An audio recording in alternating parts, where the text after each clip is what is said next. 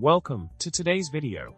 Today we're going to delve into a problem concerning the usage of void-type parameters in requires expressions in C++.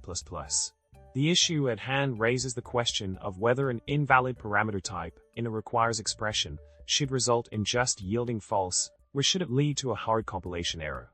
In examples provided, we see compilers like Clang, GCC, and MSVC behaving differently when faced with this problem.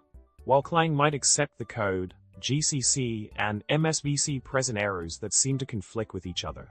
This discrepancy among compilers prompts us to question which behavior is the correct one when it comes to handling invalid parameter types in requires expressions.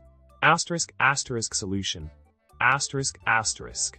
All compilers are correct in their behavior when faced with an invalid parameter type in a requires expression.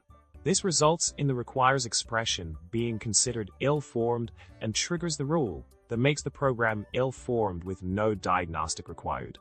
The atomic constraint introduced by the requires expression leads to the program being in an ill-formed, no diagnostic required state, as specified by the C++ standard.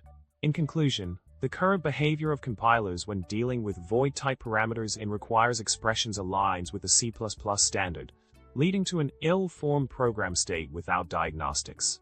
If changes were to be made regarding this behavior in the future, it is likely that the resolution would still result in the program being considered ill-formed. So, the choices made by the compilers in the presented examples are in accordance with the language rules. And that's a wrap for today's video. We've explored the nuances of requires expressions and how compilers handle invalid parameter types within them. If you enjoyed this content, don't forget to subscribe, like the video, and leave a comment below with your thoughts. Remember, coding can be tricky, but with a little laughter and a lot of determination, you'll master it in no time. See you in the next one.